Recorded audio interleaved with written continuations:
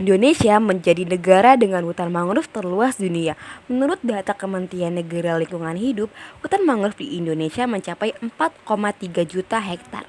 Mangrove disebut dengan hutan bakau. Hutan bakau merupakan suatu hutan yang tumbuh di atas rawa-rawa berair payau yang terletak di garis pantai. Hutan bakau adalah suatu hutan yang tumbuh di wilayah pasang dan surut dan termasuk dalam ekosistem pantai karena terletak di kawasan perbatasan laut dan darat. Hutan bakau memiliki ciri khas yang unik. Hutan ini dapat melindungi dari gelombang besar pantai. Tanaman bakau memiliki akar napas yang menjulang di atas perairan yang disebut dengan akar napas.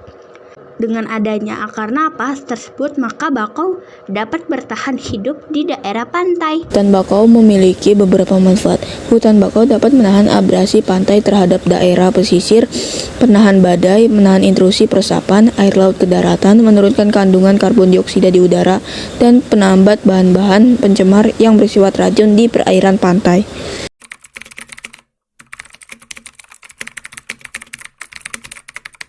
Permisi Kak, saya Lisa. Apa boleh saya mewawancarai Kakak sebentar terkait mangrove? Boleh. Baik, sebelumnya boleh saya tahu nama Kakak siapa? Helena Teresia Yowiko. Oke. Baik, dengan Kakak Helena, terima kasih atas kesediaannya. Pertama, apa yang dimaksud dengan hutan mangrove? Menurut saya, hutan mangrove itu hutan yang tumbuh di air payau dan dipengaruhi oleh air laut. Baik, kapan hutan mangrove tergenang air laut dan kapan hutan mangrove tidak tergenang air laut? Hutan mangrove tergenang air saat pasang dan tidak terkena air saat air surut. Ciri dari hutan mangrove Selalu tergenang oleh air, memiliki jenis tanah yang lumpur dan berada di lingkungan air payau. apa sebutan lain dari mangrove? Hutan bakau Baik, apa ciri khas hutan bakau? hidup berkelompok dan berakar besar. Baik, terletak di manakah wilayah hutan bakau? Garis pantai atau Baik, apa yang mengubah kondisi hutan bakau? pasang surut air laut. Apa yang mempengaruhi posisi hutan bakau di garis pantai? Keadaan air laut.